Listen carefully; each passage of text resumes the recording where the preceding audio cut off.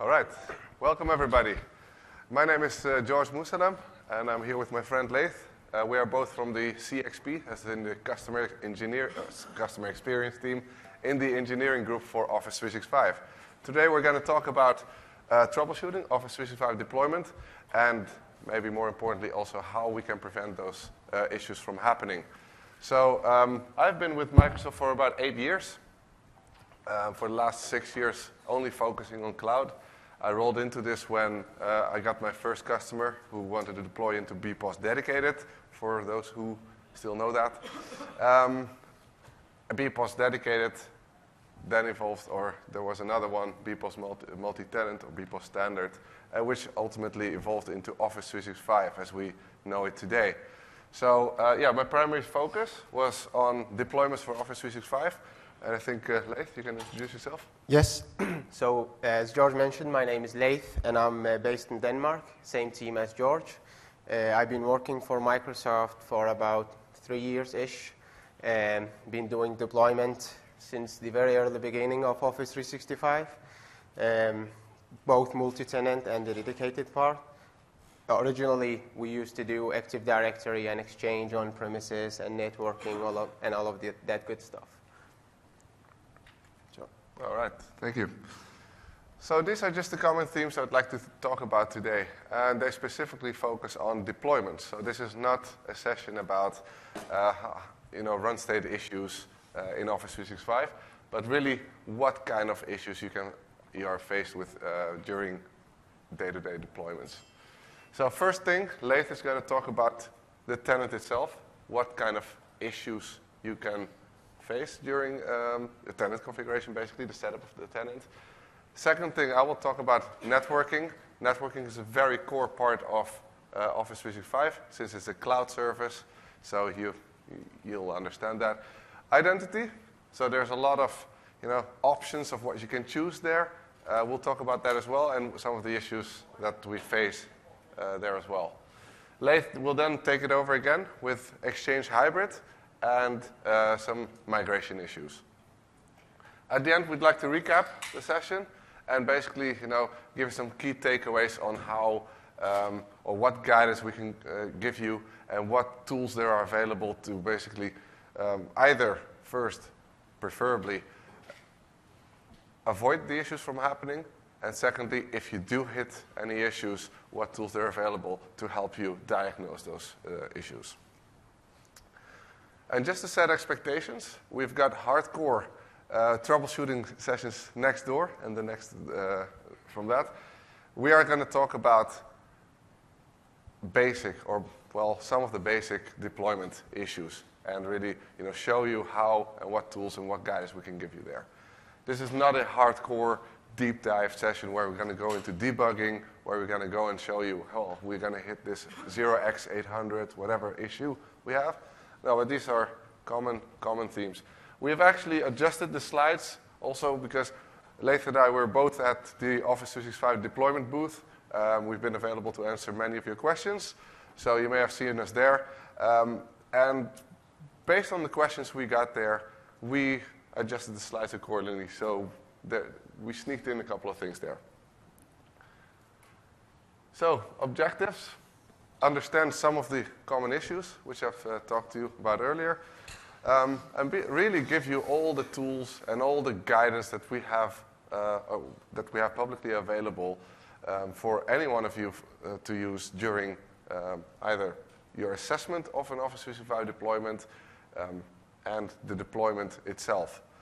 And then, last but not least, some tricks on how to overcome the issues. I'd like to spend a few minutes on preventing versus troubleshooting. Now, we both are from the onboarding center, so you may have heard about this week. It's a very hot topic. In the onboarding center, we have a very rigorous process of onboarding customers, with or without partners.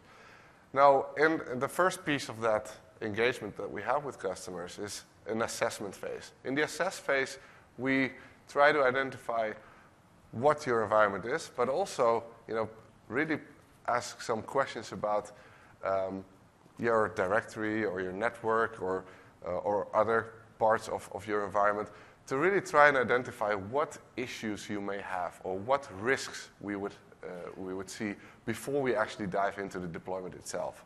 And that is really, you know, the theme here about preventing the issues from happening. All right? Now, in case we do hit any issues, then we'll go ahead and deploy it. Or we will have no issues. Can I ask a quick question? How many here have already deployed Office 365? Wow, fantastic. Okay. Any hero in this room that has deployed or configured hybrid Exchange for the first time as successfully? With no issues? With no issues and not, or in a production environment. Oh. Come and talk to us later. We have some gifts for you. Great. Your name should be on here. No, seriously. I'm an experienced, you know, deployment. I've been an experienced deployment engineer for the past 6 years. In production environment, I have never, for the first time, ran it successfully. And that is with all the assessment up front. So just to give you an idea. I'm going to switch it over to Leith. Thank you, George. So in an Office 365 deployment, one of the very first thing we do is, of course, to configure the Office 365 tenant. Now, there are some important aspects to be aware of and to identify with your organization while this Office 365 tenant enablement. One of the very first one is to identify your tenant name. And unfortunately, what we see in some cases is there is this IT administrator in company Contoso, and he gets to know that his organization wants to move to Office 365, and he goes in and create that tenant with a random name. Now, the tenant name itself, it's important to several services within the service that rely on that name. And one of them is SharePoint Online. SharePoint Online uses the tenant name as the SharePoint endpoint for your end user. So every time an end user wants to access your SharePoint, he will then use the tenant name, sharepoint.com, etc. In many cases, we find out that that IT administrator hasn't been fully aligned with the rest of the organization. And we get the question, we want to rename the tenant. It sounds simple, right? Anything can be renamed. Typically, you right-click and rename that object. With Office 365, it's very, very similar to renaming the domain name of an Active Directory environment. The rename of an Active Directory on-premise environment has always been available. But as soon as you have an Exchange on-premise install, that ends that story, because then it's not possible. So imagine the tenant name and all of the dependencies that within Office 365 that rely on that. Yes, I mentioned SharePoint, but Exchange does that as well.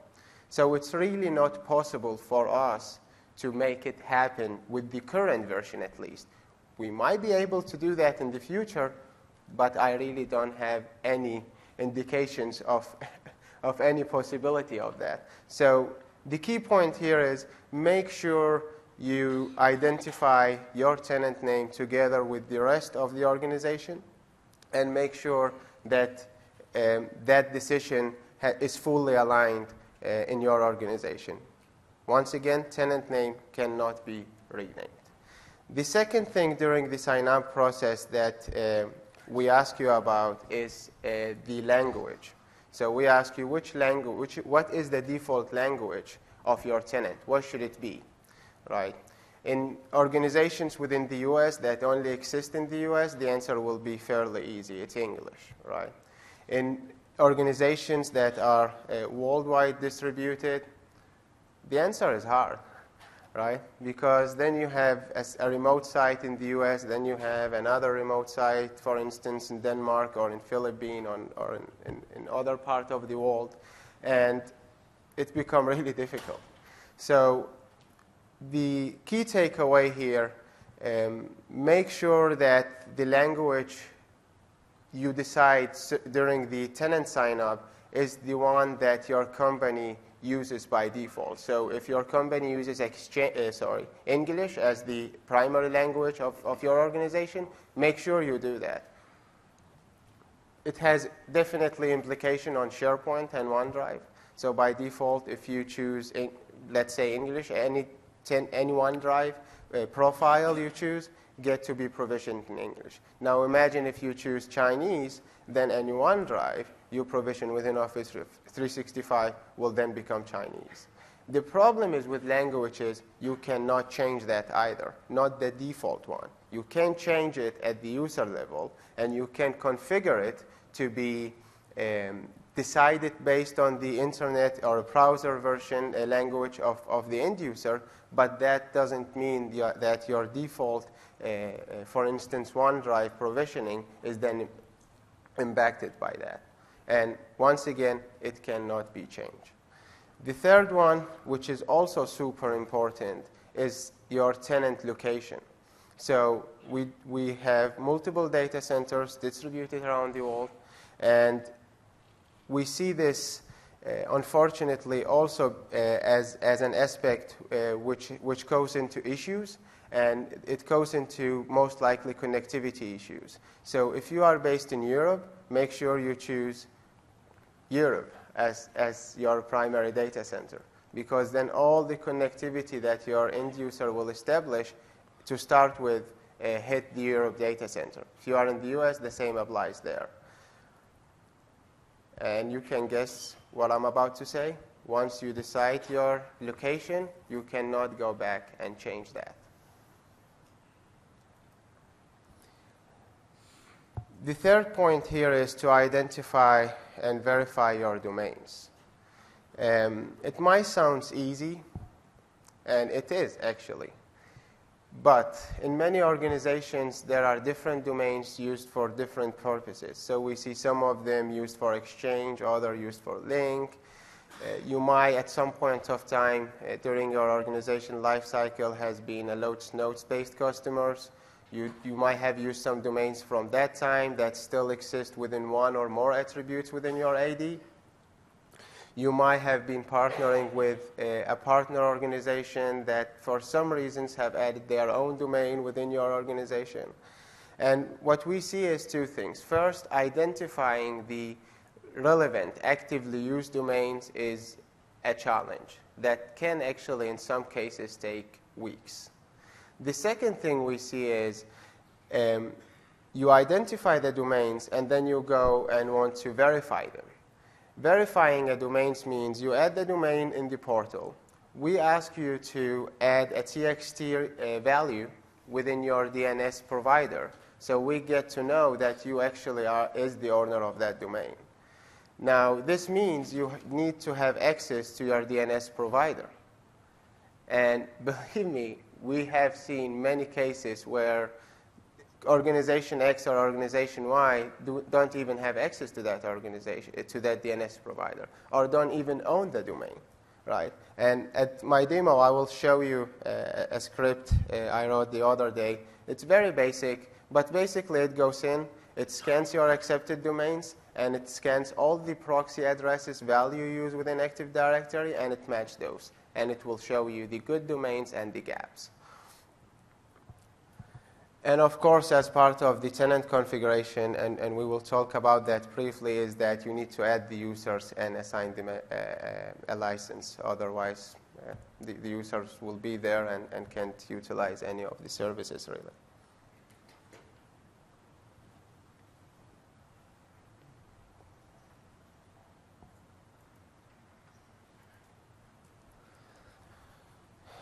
So Office 365 Health Dashboard. Every service incident, problem, planning changed that we do within Office 365 within the service that affect any of the listed services, Exchange Online, Link, SharePoint, will be reflected within the Health Dashboard in Office 365. Each Health Dashboard in Office 365 is tenant specific. So you might see issues that affect a region, an entire region, and you might actually see issues that only affect you. You might know this already. I get that. But the point from showing the health dashboard here is, if you get a call from an end user within your organization saying, hey, I can't connect to my mailbox, or I can't log in using my link client. In some cases, we see like the administrator starts immediately doing deep dive level 800 type of troubleshootings, and sometimes even start changing things, right? So, which will cause into more issues, right? So my recommendation here is to utilize this health dashboard. One of the first things you can do is to subscribe to it. There is an RSS feed service that you can subscribe to and receive emails and get those incidents as they appear in the service. So don't go immediately and change things and troubleshoot on an incident that you have no impact on.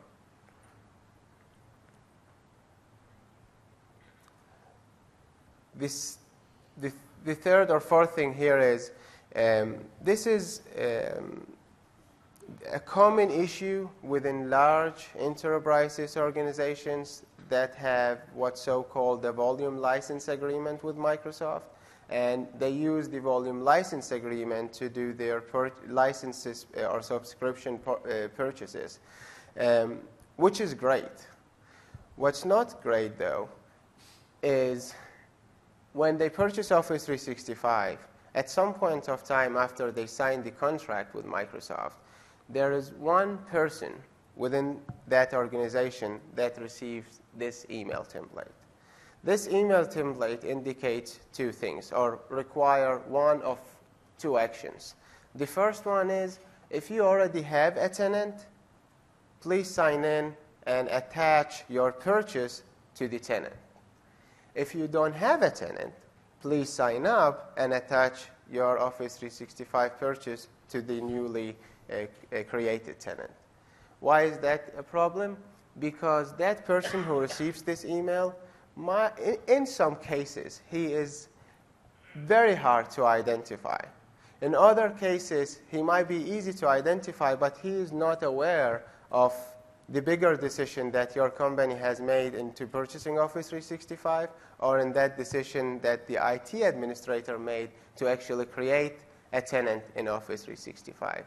So the key point here is, make sure that the person who receives the email is well known by the organization, is involved in the deployment process, and set the expectation about this email, and let him know or let her know what to do when this email is sent and received by that individual. I'm not referring to a specific title because we are all different, but one of the possible title could be your org license specialist, right, or your purchases owner.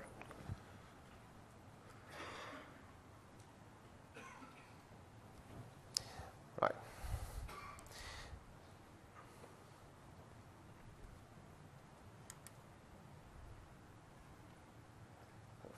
So I'm going to show you the script I mentioned earlier on how to identify all of the accepted domain within your organizations and all of the domains that you use out of the Exchange scope and typically listed as values within the proxy address, and highlight the gap. So here I have my Exchange 2013 environment, and this script will be attached into the deck, and it's compatible with 2013 and 2010, of course. Right.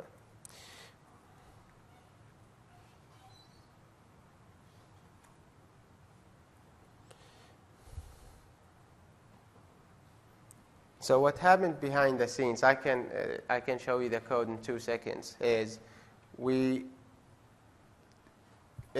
snapped all of the accepted domains used within Exchange.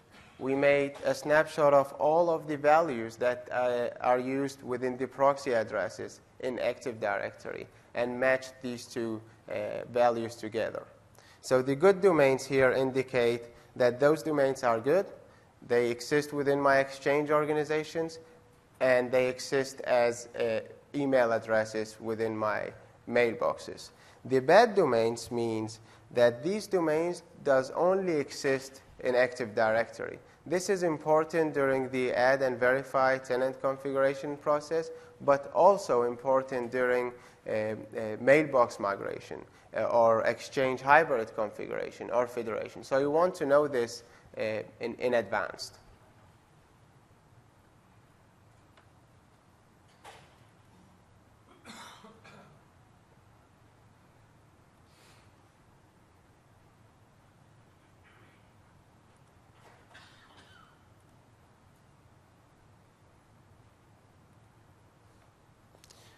Right. And, oh, sorry. Here is how the script looks like. Right. First, we get all the users within Active Directory. Then we do apply some logic on the values we get, because certain values or a portion of the value we won't need or use for this purpose. And the same we do with Exchange, and apply a logic to match the values and highlight the gap, basically. The second thing I wanted to show you here is domains in Office 365. So I won't go through the process of adding and verifying the domain, but I just want to clarify this status message, which says, I have a domain. The domain is added and fully verified. But I'm still getting a status indication saying possible service issues. So the possible service issues status message indicate that one or more values within Office 365 has not been added to your DNS. And typically those values are Autodiscover or Link or SharePoint. And in many Exchange hybrid cases, you won't go ahead and change your existing Autodiscover value to point to Exchange Online, because that will simply break the hybrid and the coexistence, right? Especially if you have some of your mailboxes within on-premise, some of your mailboxes in Exchange Online, you want always to point Autodiscover, in this case, to the Exchange on-premise environment. So the takeaway from here, if you have added and verified your domain, you can easily skip this message. It doesn't mean anything. At the time you have moved all of the mailboxes, all of your data to the service, and changed your DNS, it will basically go away. That's right. George? All right. Thanks, Leith. Networking. I would say this is a common theme through all of the issues, no matter what type of service you deploy, actually. Who would agree that most issues are caused by either connectivity or bad performance? Yeah, that's a lot of hands, actually. So, I'm going to talk about two things. Performance, but also connectivity issues themselves. Now, there's a lot of things around performance that can go wrong in terms of, well, first of all, due to the lack of planning. So it's a cloud service. Many of your, today's services run on-premises, so you have basically planned for bandwidth and network lines for your on-premises service. Now, when you subscribe to Office 365, that's a different story. You'll have to go and basically find out what your strategy would be in terms of connecting to that service. Now, I'm not saying there's just one solution to that. There could be a centralized approach where you aggregate all users' connections to one single pipe to the internet, or you will have many local breakouts. It really depends on the availability of connections and what your strategy is there. But I would say lack of planning is one of the key reasons why you would see poor performance. The other thing is, well, bandwidth. Bandwidth, if you don't have enough bandwidth available, you are likely going to hit performance issues. So if you have, for example, SharePoint today on-premises and Exchange today on-premises as well, and then you switch to Office 365. But today, users are experiencing very well performance. That performance might not be the same, actually, when you go to Office 365, because that now depends also on the outbound connection to Office 365. If you don't have sufficient bandwidth there, or if you have a very congested pipe over there, then you will likely hit performance issues as well. Latency. Latency is another key topic here. If you're in the US, for example, and you have a data and your tenant location is in EMEA, you will have to deal with latency. And that's not because maybe the tenant location is in the wrong location. Maybe you're part of a larger global organization, but still, and the majority of the users is in Europe, for example, then it makes sense to have the tenant in Europe. But there are ways to basically optimize that latency, and we really have to look at how routing is configured, for example. Another key point here is, okay, you have a gigabit line or a 10 gigabit line, but if all users are proxied through a web proxy, then that might be another bottleneck. So make sure that you plan for the right capacity. Connectivity issues themselves, they could be, you know about the Office 365 URLs and IP ranges. You may have configured them today, but if you have configured them based on IP addresses, for example, then when we do an update, and we may have added or removed some of the IP addresses, you might face issues as well. So check your firewall there. Namespaces, so portal.office.com, Office 365, or outlook.office365.com, for example, they should make sure that they're accessible. Okay, make sure that they're always whitelisted on your proxies if you use proxies. This is typically for larger organizations when you have like more than 5 or, well, you have multiple thousands of users. Make sure that you have the right number of public IP addresses there. And we're going to go into this. About bandwidth, I think the message here is plan.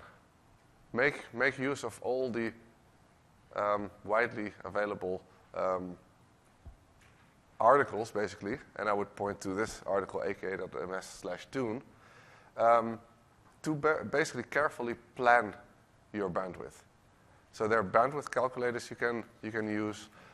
Also look at today's usage of the bandwidth. So if you have Exchange, it will likely be a number that is close to what you will get with Office 365 as well. And to basically avoid messages or traffic going back and forth, you could use the offline clients as well. Offline clients are optimized for making sure that you have files cached locally. We talked about measuring bandwidth of current services. The tools you have available to do that are basically Message Analyzer, which is the new version of Netmon, which is provided by Microsoft. You can baseline Outlook and link traffic there. Wireshark is another option. Perfmon on Exchange servers. So first you have the Message Analyzer that you run on the client, Perfmon on Exchange servers to basically calculate the client traffic, but also mail flow, so the SMTP traffic going back and forth. So in the case of Exchange, it's client traffic also to the cloud, and mail exchange between, if you are running a hybrid environment or an environment where you have local SMTP relays and Office 365, you have to account for both. Once you have established or basically calculated the number the number of megabits or gigabits that you actually need, make sure you have enough headroom. Okay, so 20% is small.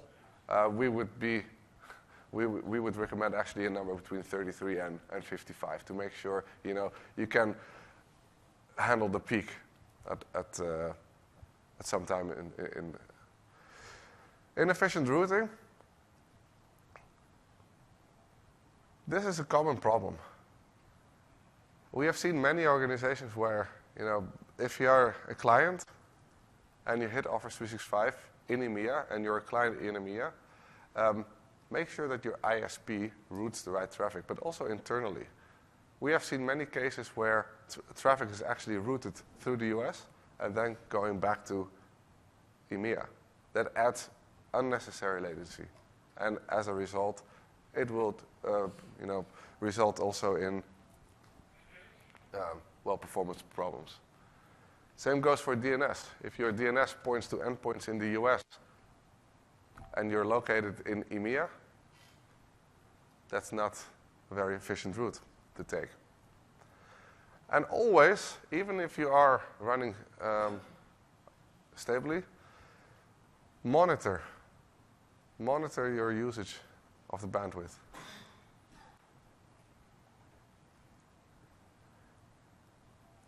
Let's talk about connectivity issues. Firewall ACLs. We have a huge list of IP ranges. We have a huge list of domain names. The recommendation here, and a strong recommendation here, is to use domain names. If you have firewalls capable of implementing filter rules based on domain names, then that's definitely the way to go, because those don't change. IP ranges, when our friends from the usual suspected countries do some denial of service attacks on us, we are not in a position to basically upfront notify you about the upcoming changes that we're going to implement on IP ranges. And that would result in, if we have to divert to other IP ranges, you lose connectivity if you have security requirements that basically dictate you to filter traffic. So again, domain names is the preferred method of filtering traffic. Proxy, we talked about that too. I mentioned it. Proxy, simple thing. If you can bypass it, bypass it. It adds latency, no matter how large your infrastructure is and how much capacity it has. Now, obviously, if today, I don't know, your internet connection is being used for just, reading the news outside, staying up to date with some of the RSS feeds, and you suddenly add Office 365 traffic to it, you may need to recalculate what capacity is needed if bypassing the proxy is not possible. Not larger organizations. The golden rule, or basically the rule of thumb, is typically between 2,000 and 6,000 sessions per public IP address. So if you have large organizations with 100,000 users, you can use a formula to basically calculate the number of sessions on average and implement additional public IP addresses where needed. Now, you may have organizations which are geo-distributed. So look at where your traffic goes out to the outside world. Because if you have 5,000 users or 50,000 users in the US, 20,000 users in Europe, and they all go out separately, you have to do it on both. And the same goes for branch offices, for larger branch offices. The tools you have available are HRC. Who has heard of HRC? Health, readiness, and connectivity checks. So that is one of the most important tools we also use in the onboarding center. While we go through the assess phase, we use HRC to do an asset collection, identify how many objects you have in Active Directory, what client versions you run of Office, what client versions you run of Windows, etc. But also identify if you can actually connect to some of the endpoints in Office 365, like Link or Exchange, and verify those ports are actually opened up from a client perspective. So you can run HRC on different clients on various locations. Okay? Some of the more basic tools you have, but they are very useful, are trace routes. And I'll give you an example later on. We'll demo that. Both a bad example and a good example. The other thing is PS ping. So many may use ping as well, but ping uses ICMP, and many organizations block ICMP traffic. So PS ping uses another method and actually allows you to connect to a remote endpoint on a specific port, and then it calculates the latency between that. Message Analyzer, Netmon, formerly Netmon, or Wireshark to basically look at the traffic and baseline some of the client traffic, or basically do packet inspection if needed. Perfmon on Exchange itself to calculate client traffic.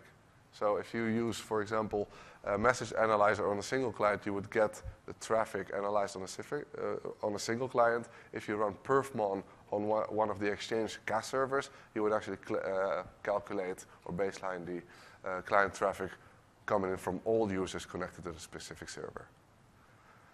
And same goes for SMTP traffic. Use Perfmon to calculate how much is being transferred. Just to show you a bad example of where this is going wrong.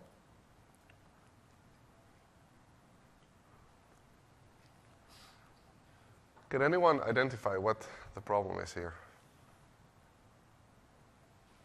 And we do have some nice gifts. Yep. I've got T-shirts. It goes from the Note 11 to Note 13 more time on the network. Yeah, we have actually intentionally removed that line, but the 12. But I think what you can see here is the client tries to connect to an endpoint. First ISP it hits is London. From there on,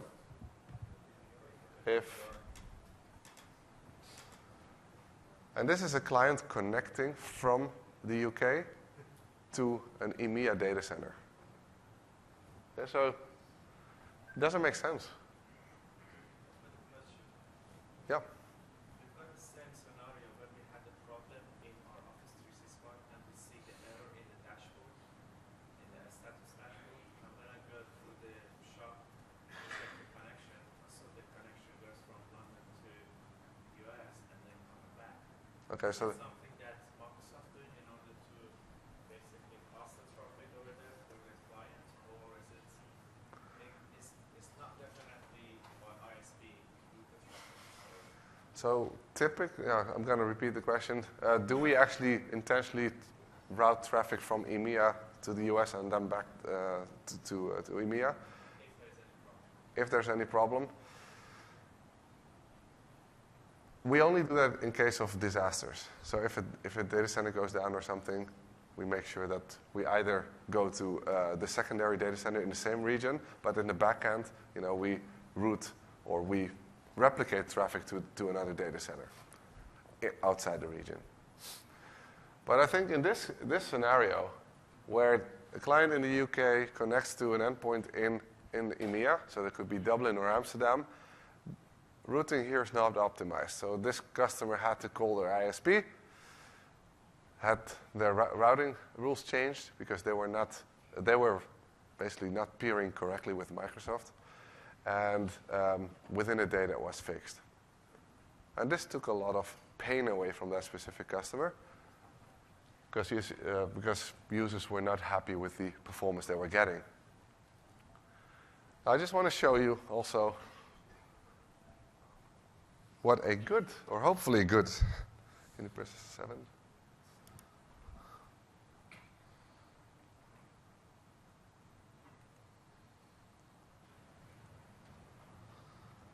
So I'm running this from my PC in Amsterdam, and I'm just going to hit or try to look at the route for portal.office.com. All right? So bear with me. Now, ICMP traffic on the first hop is not configured, so not allowed. Just bear with me there. But as you can see, now it will hit my router and then go outside.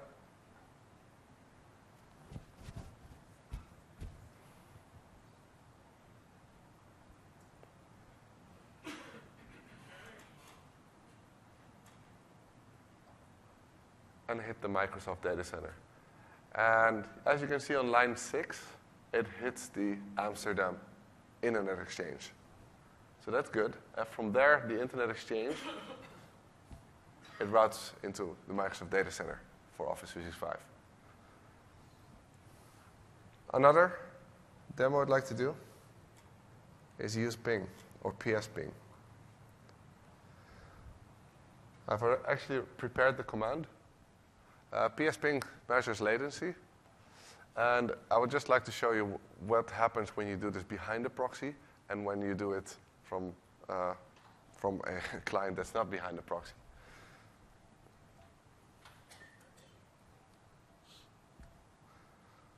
So I'm doing 10 tests here.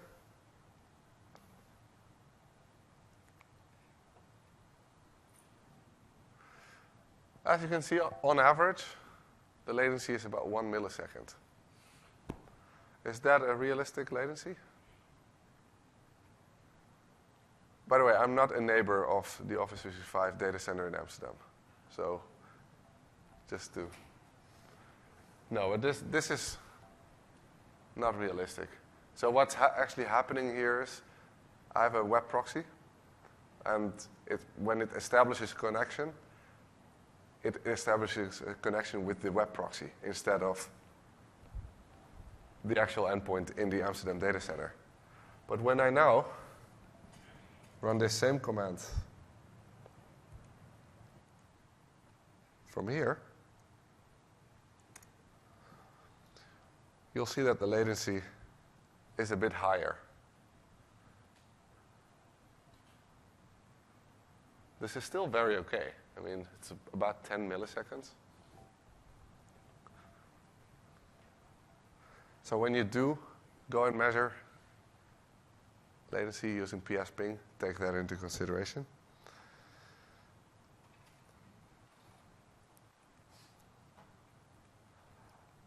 And last but not least, I have now intentionally, so TMG is my firewall, okay? I have intentionally blocked a URL.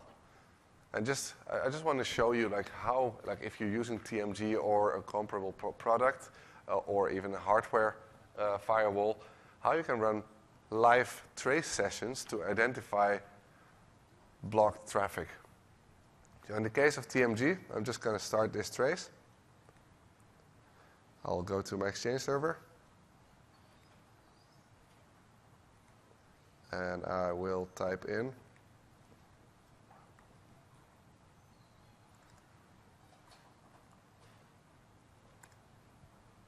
portal.office.com. So here it says, sorry.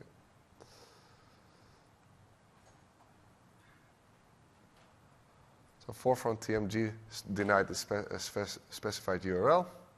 If I now go back to my TMG, you will actually see here, this is a denied connection. Can you all read it? Can you zoom?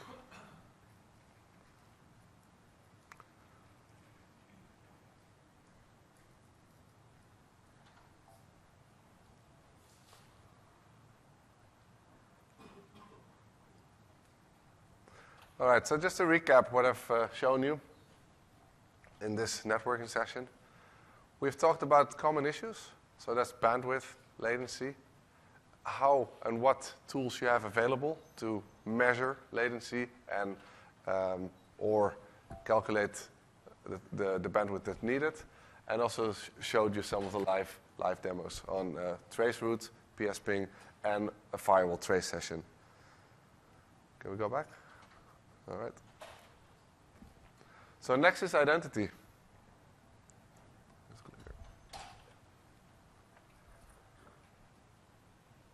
So first one is not an issue in itself, but it does, cause some of the confusion when you do identity management. The question here is, if I've chosen a specific identity model, where do I actually manage my identities? Because it's not really that straightforward. Are you running it in hybrid, or are you running in the cloud? Hybrid in this case means you would have identity integration with Active Directory. Now, how do you know what the source of authority is? And what tools do you have to manage your identities? We're also going to talk about some of the directory sync issues. So when you have directory synchronization set up, what can go wrong? Or actually, what can go wrong during the installation and configuration of directory sync? One of the most common asked questions is, and we also received that at the Office 365 booth, is, well, Microsoft, you have released a number of identity synchronization tools. For those of you who still remember a couple of years ago, FIM, we have then released DirSync, we have released AAD Sync, and some of you are already in the TAP program also for using AAD Connect. So what do I choose? Today, go with AAD Sync. That's the recommendation. Because DirSync, it's a good tool, but our strategy is basically moving towards AAD Sync, which gives you more capabilities. Other issues with directory synchronization is the state of your current Active Directory. What do the objects and what do the attribute values look like? There could be duplicate email addresses, for example, which cause directory synchronization issues. We're going to talk about installation, configuration, and last but not least, in this specific session, would be scoping. How many of you have implemented scoping? Scoping or filtering. Yeah. So that's basically just synchronizing a part of your Active Directory.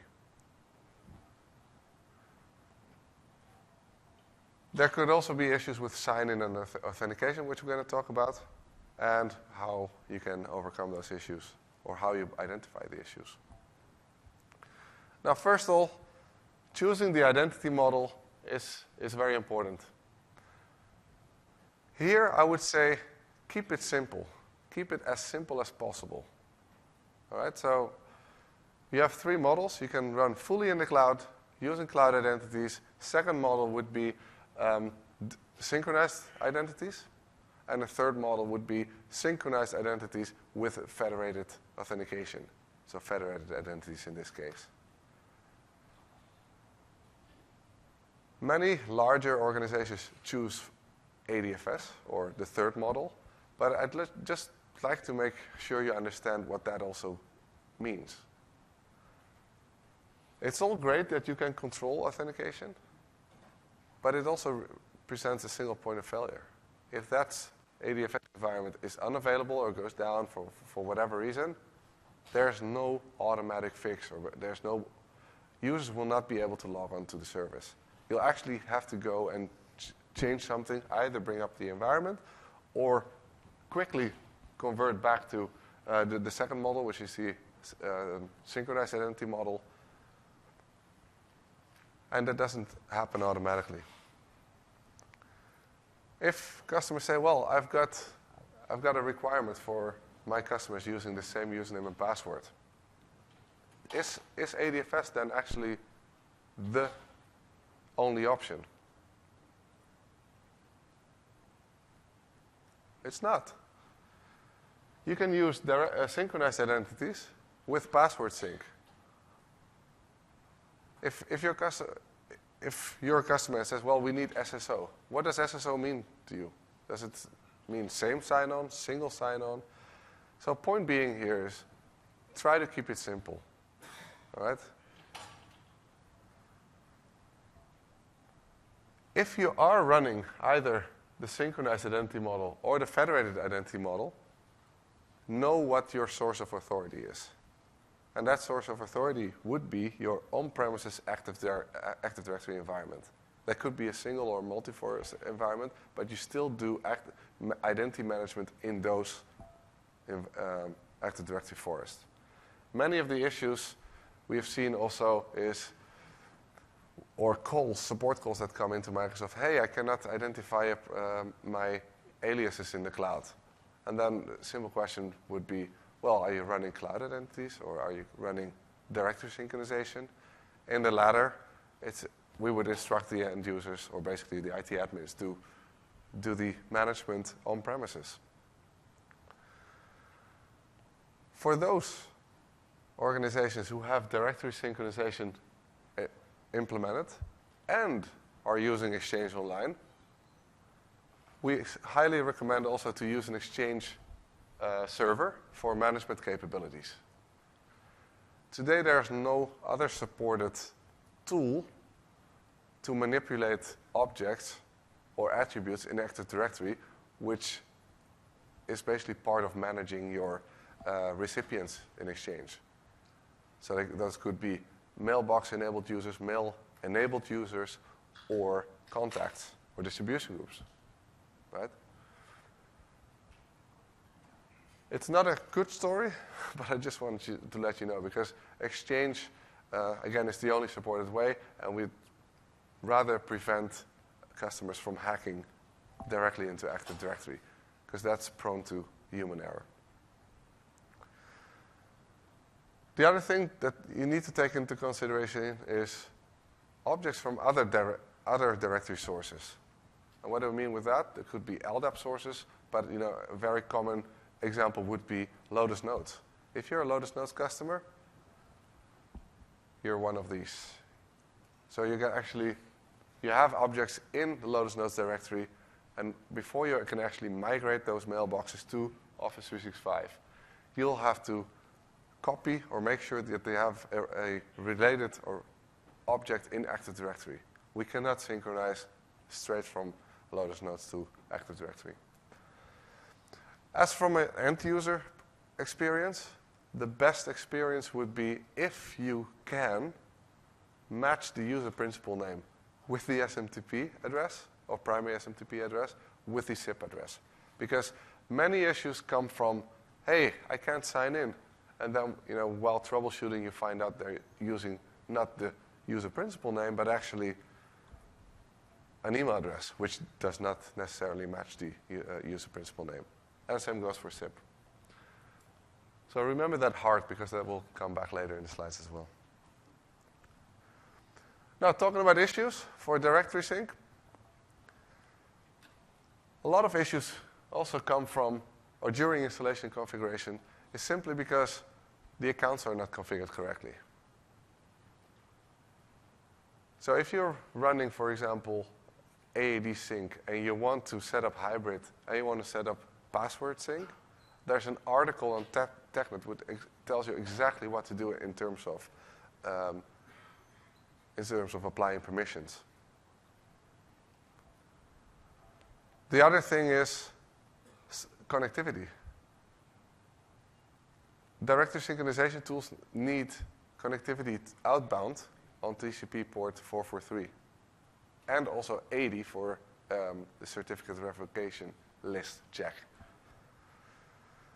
The other thing that I actually ran into while preparing the demo was, because I was using a proxy, the new AAD sync tool, you'll have to actually specify a proxy.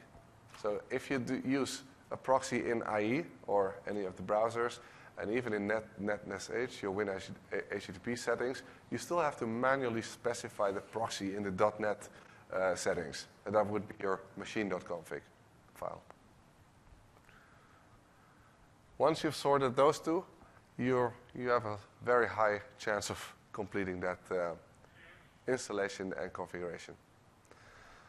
Synchronization issues. Well, there's a huge list of what can go wrong there. But what we actually want to do is prevent those issues. So I'm going to show you later on how to use IDFix, which is a tool that identifies what or some of the common issues are in running or identifying the objects that are in an inconsistent state, or attribute values that have illegal characters, or simply duplicate values, leading, trailing white spaces, and so on. Because if you have, let's say, an unhealthy state in Active Directory today, you're not going to be able to synchronize those objects that are in a faulty state to Office 365.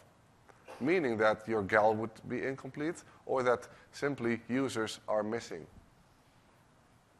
or users aren't a member of a specific security group, for example.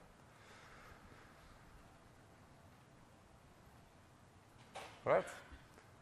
Now, event log, when you do hit, for example, password synchronization issues, event log on the directory synchronization server is your friend. There's a whole list on what possible event IDs there are on TechNet articles. But if you hit any issues, you can just go and refer back to TechNet and see what the possible outcome is there.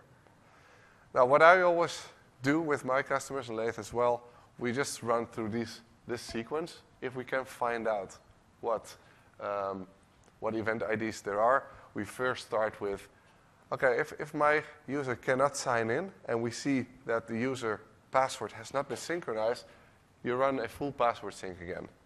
There's a script available, which we'll link to, on a Microsoft site to basically do that. It's a PowerShell-based script. Second thing, restart the service that AAD runs on. And third thing, if those two things haven't solved the issue, rerun the configuration wizard.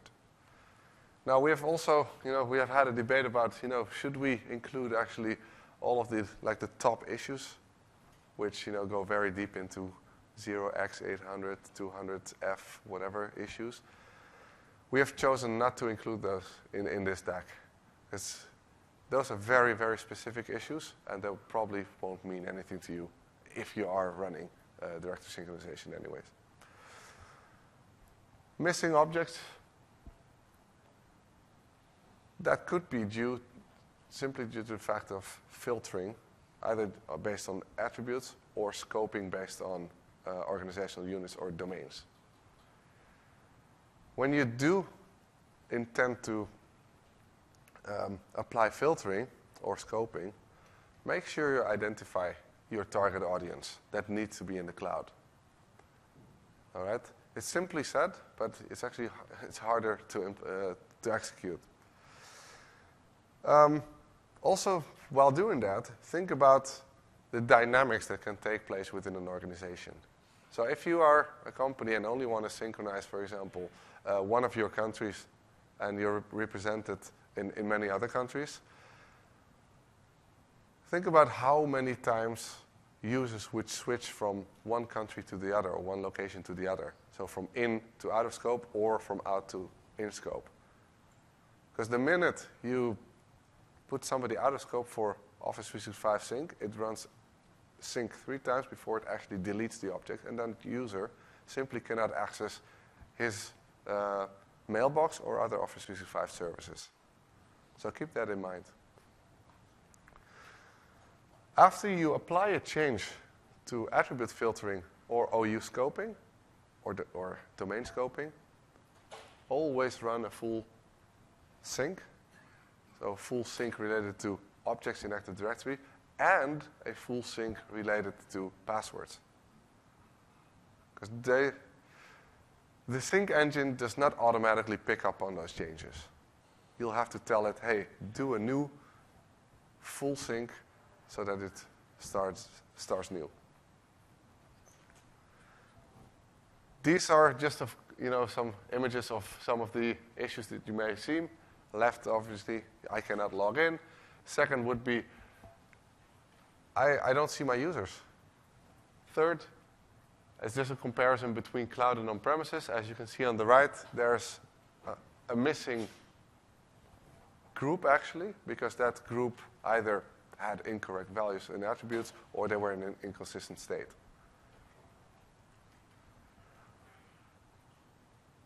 if you see this message, warning last synced more than 3 days ago, and you have not intentionally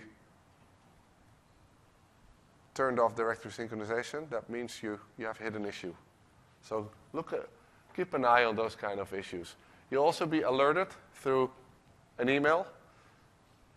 Every time directory synchronization does not sync for a period of time, or there are synchronization errors, you will get an email. Now, who will get that email? That will be the technical contact that you have specified in your tenant. There's also HRC, which is the health readiness and connectivity checks, which you can use to identify issues. Common authentication issues, wrong username. Believe me, we have so many issues recorded simply because users log on using the NetBIOS name. They have to be instructed to use the user principal name. And that is not necessarily a technical issue, but it's more of a communication issue. All right? The other thing is users can get confused with either using Yammer accounts or consumer accounts. So while I was at the booth, there was a gentleman coming up to me and said, hey, before we actually implemented Office 365, we had users using our corporate domain as the sign-in name for their personal Outlook account. Now, when they then purchased Office 365 and implemented directory synchronization and used that domain also for corporate authentication, users were confused. Okay, you're telling me to log in with this domain. Make sure they understand that. The thing to check for federated identities when they hit any issues, first check if the account is locked. It's very easy, but still there are a lot of calls coming into Microsoft support about that. So it's the number one thing to check, whether the account is locked out. And then, if it's a wider issue, then it's probably related to either connectivity or your ADFS environment not functioning correctly. And that could be due to an expired certificate. It could be due to a federation trust issue or any other. So check the event log, check the certificate expiration date, and so on. I'd just like to mention one thing about alternate logon ID. Alternate logon ID was announced a couple of months ago, basically, to help customers who do not have a publicly routable UPN suffix in their Active Directory to use another attributes where they can actually specify any domain they'd like and they own. Now, that's all great because you don't have to do a lot of changes in your Active Directory, but it just doesn't work very well in a hybrid exchange scenario. So users on the corporate network are not affected, but users on the outside and that are hitting auto discovery, at that point it will break. Same goes for Office 365 Pro Plus and Intune in a hybrid scenario with SCCM.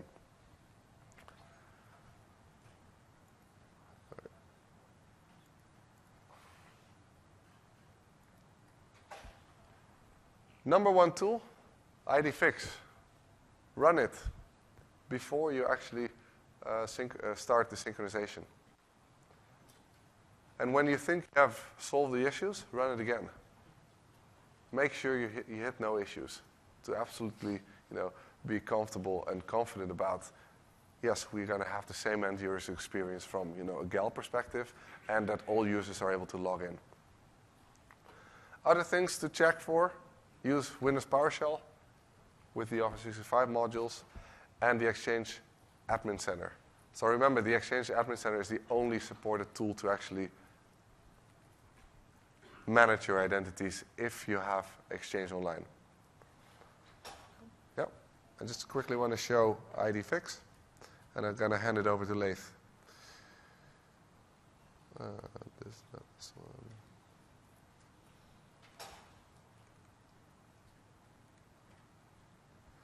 So I'm just going to go ahead and query this.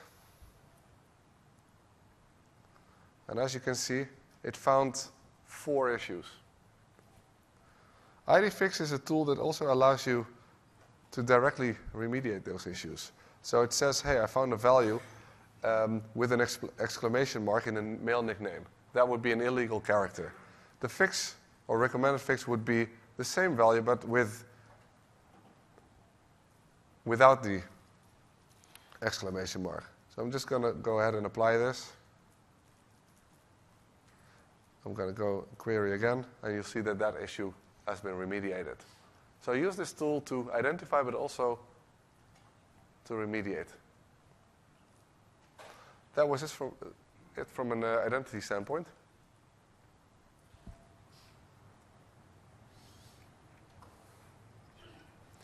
Thank you, George. So we want to spend some time on Exchange hybrid and migration and what can go simply wrong while doing so. So common issues are typically issues related to configuring the Exchange hybrid wizard. Issues can be related to different kind of root causes. Other issues we see within hybrid deployments are features or hybrid capability issues like FreeBSD, like mailbox move, mail fidelity, and things like that. And finally, specific issues that are related to mailbox migrations, like mailbox move migrations. Right. Here are some of the indications from an end user perspective on those issues. FreeBSD, not retrieving any FreeBSD information, internal emails being shown as external emails or external recipients. Some of the fidelity capability of Outlook is missing. In one of the cases, it's the mail tip feature and or Outlook redirect. Those are the hybrid type of features that we get of Exchange Hybrid 2010 and 2013. Configuration issues are typically related to these three listed parameters. The first one could be an invalid certificate. An invalid certificate means a self-signed certificate or an internal certificate that has been issued by an internal PKI. When configuring Exchange Hybrid, we do require, and especially for the mail flow over TLS, a third-party issued fully trusted certificate to be implemented. The second parameter is incorrect values on Exchange virtual directories. And by incorrect, it doesn't mean that you actually have something wrong. It can simply mean as simple as your basic authentication that we require on Exchange Web Services is disabled. It can mean you are using incorrect namespaces to identify the endpoint of EWS Exchange Web Services or Autodiscover. It could also mean that you need to, in some cases, if when you identify such an issue, that you need to change that. And be aware of changing these parameters on the fly, so to speak, because those will affect the end users. So make sure you plan this, make sure you have a backup lane, and then proceed with the change.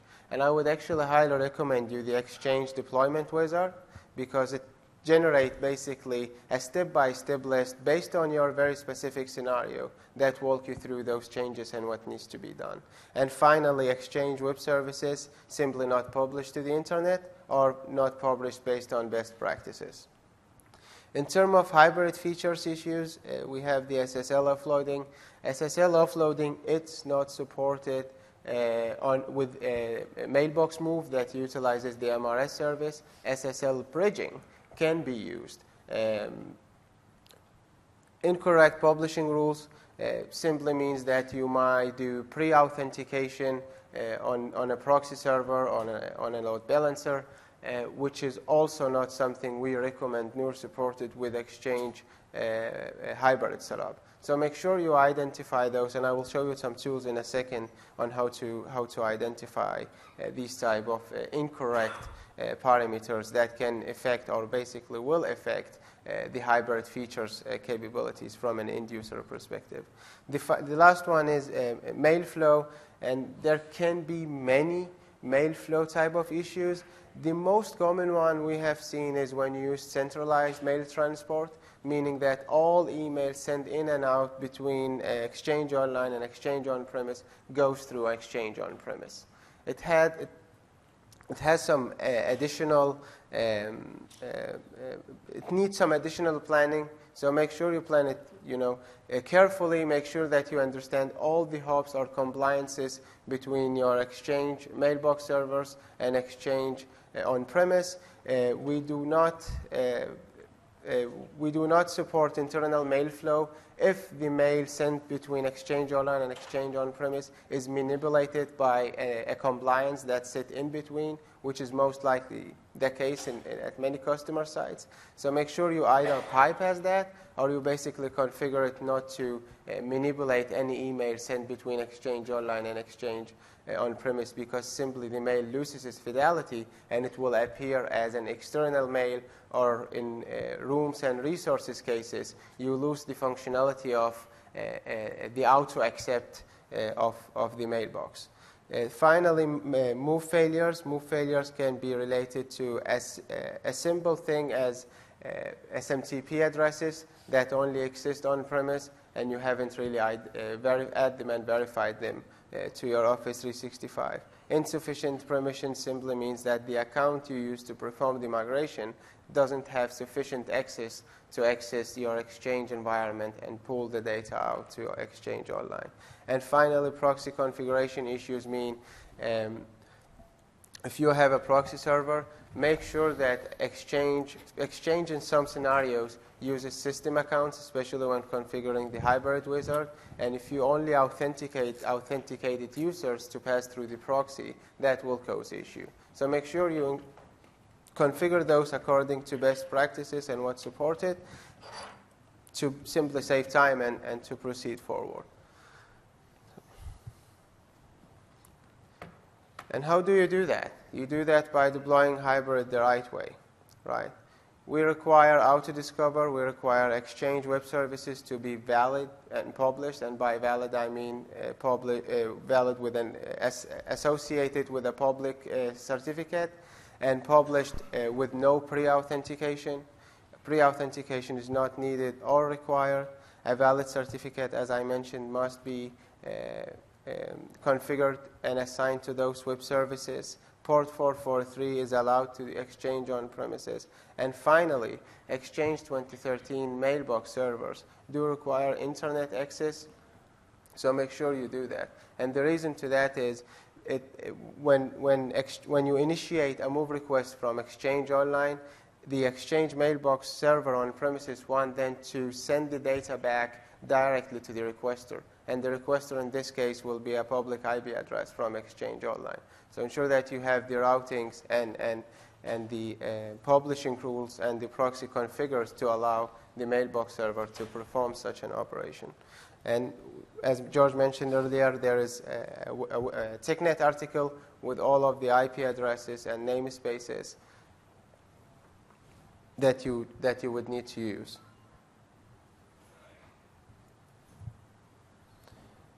One of my favorites tool is the hybrid configuration check tool.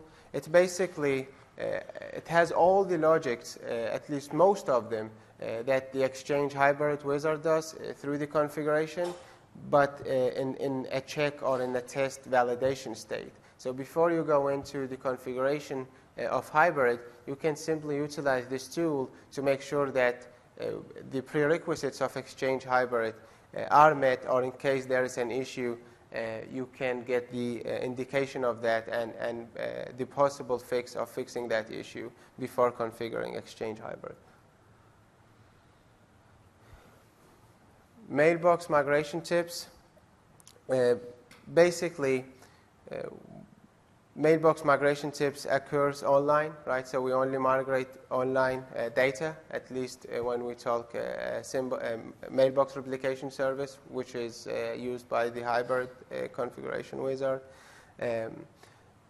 Exchange native migration tooling don't use or can't migrate by default third-party archive data or PST files, so be aware of that. and make sure that you have been through the Exchange Online message size service description to understand those limits we have there. Those limits has been increased recently from 25 gigabyte to 150 megabyte. So we do definitely increase them, but the point here is to understand and align if there is any other additional limits that you need to mitigate or remediate before you start moving to Office 365.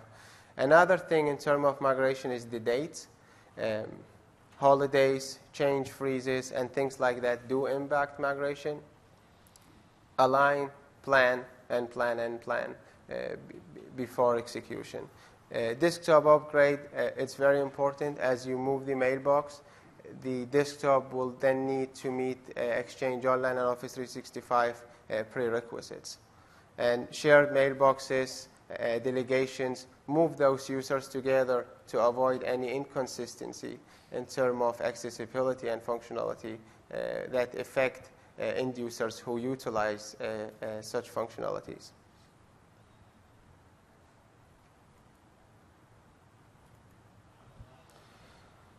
Tools, remote connectivity analyzer. It's one of our favorite tools that we simply use all the time.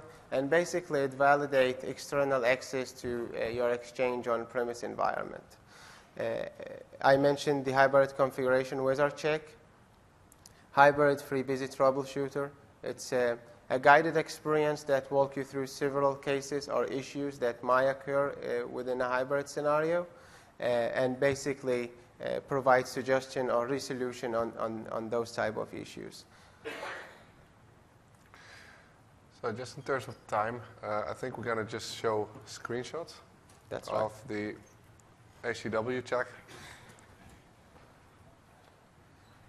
So here is a screenshot that we took earlier today of the HCW check. And simply you see on the screen that it performs simple checks such as TMG pre-authentication rule, if there is any, and if the Exchange server is affected by those, it highlights those. If the Exchange Web Services directories are enabled and have the security parameters that we require for hybrid for hybrid deployments are accurate, or if there is anything that needs to be mitigated. The second tool is the remote connectivity analyzer, and it basically indicates that the connectivity to your Exchange server has been successfully completed, and that you can proceed forward, theoretically speaking, with your hybrid wizard. You might have some other issues that this tool can't identify. Yeah, just to add to that, at a minimum, when you intend to deploy or configure hybrid Exchange, make sure all the Discover endpoints and the Exchange Web Services endpoints are functioning correctly. So this would be your friend in that case to test that. That's right.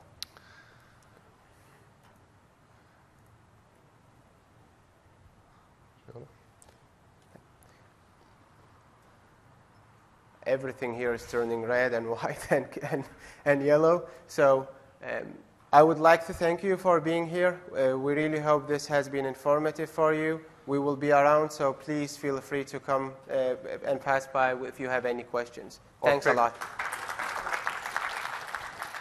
Or pick up some of these T-shirts.